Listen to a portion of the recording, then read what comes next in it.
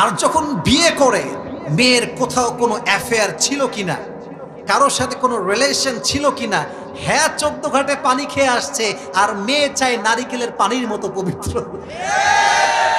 তুমি যদি 10 ঘাটের পানি খেয়ে আসো, তোমার বউ 20 ঘাটের পানি খেয়ে তোমাকে বিয়ে করবে।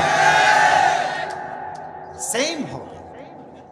আসসালামু আলাইকুম ইসলাম দরদি ভাই ও বোনেরা, আজকে আসিফ হুজুরের মুখ থেকে আমরা কিছু মূল্যবান বায়ান শুনবো এবং সেই সমস্ত বায়ানগুলোকে আমরা আমলে চেষ্টা করব আমল করার। তো যাই হোক, আজকে আসিফ হুজুর এমন একজন হুজুর, সত্যি তার যে বয়ান রয়েছে সেই বয়ানগুলো সত্যি খুব সামাজিক এবং যুক্তিসঙ্গত। সেই সমস্ত বয়ানকে কিন্তু আমরা শুনবো এবং সেই সমস্ত বয়ানকে আমরা আমাদের সামাজিক জীবনে বাস্তবায়ন করার চেষ্টা করবো ইনশাল্লাহ। তো চলুন আর বেশি দেরি করব না, আমরা সরাসরি আসিফ হুজুরের মুখ থেকে শুনে নেব কিছু বায়ান এবং সেই বায়ানকে আমরা আমল করার চেষ্টা করব ইনশাল্লাহ। বলো হুজুর আমি খালি একটু গুঠু, তাই আমার রিজেক্ট করতেছে। লম্বা মেয়ে না, লম্বা ছেলেকে মেয়েরা পছন্দ করে। তো আমার নবী ছিলেন, হি ওয়াজ মিডিয়াম অফ হাইট, না লম্বা না ছোট, মাঝারি গড়নের একজন মানুষ ছিলেন। সুবহানাল্লাহ পড়েন। যেই তাকে দেখতো তার কলিজাটা জুড়িয়ে যেত, ঠান্ডা হয়ে যেত। সুবহানাল্লাহ। এবার আসেন, হাতের রং কেমন ছিল, চামড়া কেমন ছিল, এটা একটা দামি বিষয়। কারণ যার চেহারা রং কালো তাকে সমাজ দাম দিতে চায় না। একটু জোরে বলেন ঠিক না বেঠিক? ये तो तभी समझ में आएगा जब तुम शादी करने के लिए निकलोगे, ये अब समझ में नहीं आएगा। যুবকরা এখন বলে यार जो भी हो चलेगा, ये तो जस्ट बॉयफ्रेंड गर्लफ्रेंड रिलेशनशिप।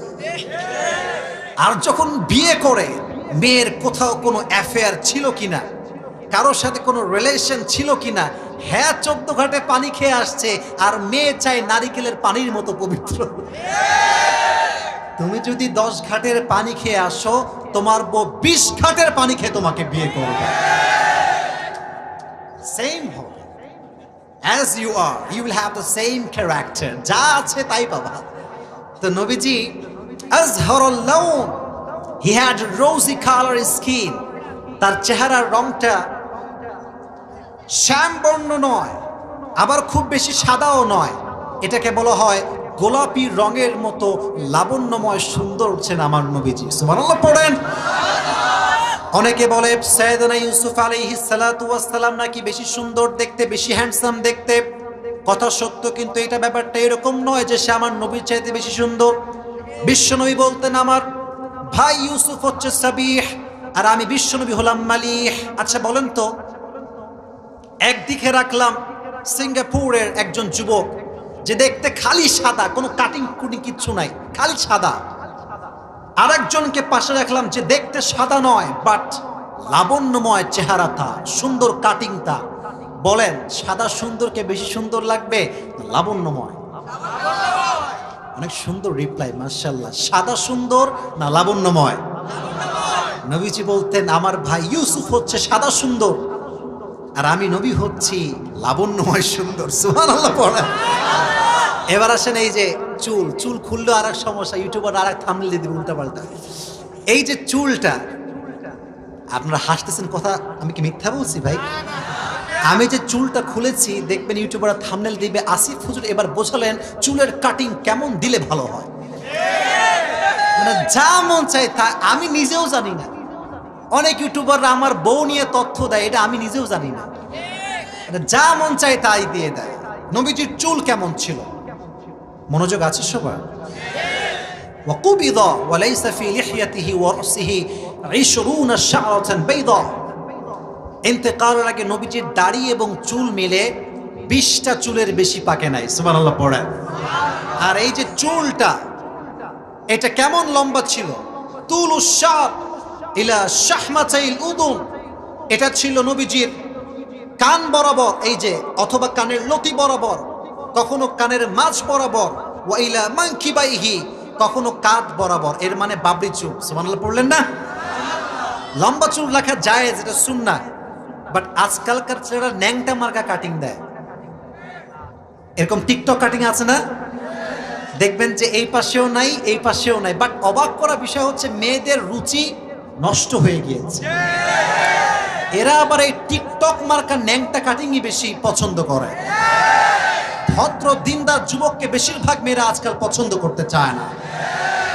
ওই তাই হবে, যখন বিয়ে হবে তখন বুঝবেন কত ধানে। চরিত্রবান যুবক বিয়ে করে যে সুখী হয়। তাহলে চুল ছিল লম্বা চুল।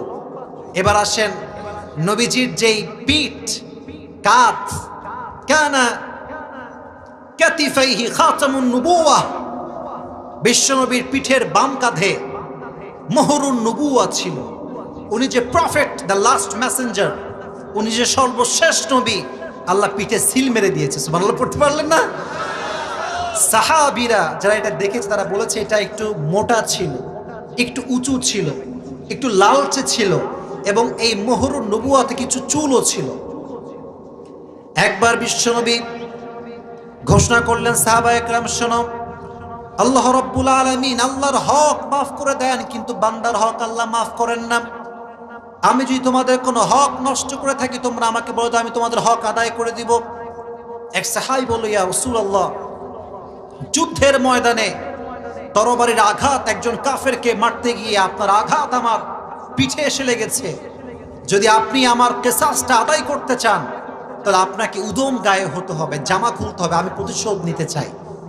ওমরে ফারুক শুনে রেগে মেগে ফায়ার, কি এত বড় সাহস, তুই নবীর গায়ে হাত তুই খালি, তুই সামনে আয়, তোরে আমি দেখতেছি। হ্যাঁ বন্ধুরা, আজকের ভিডিও কিন্তু এই পর্যন্ত।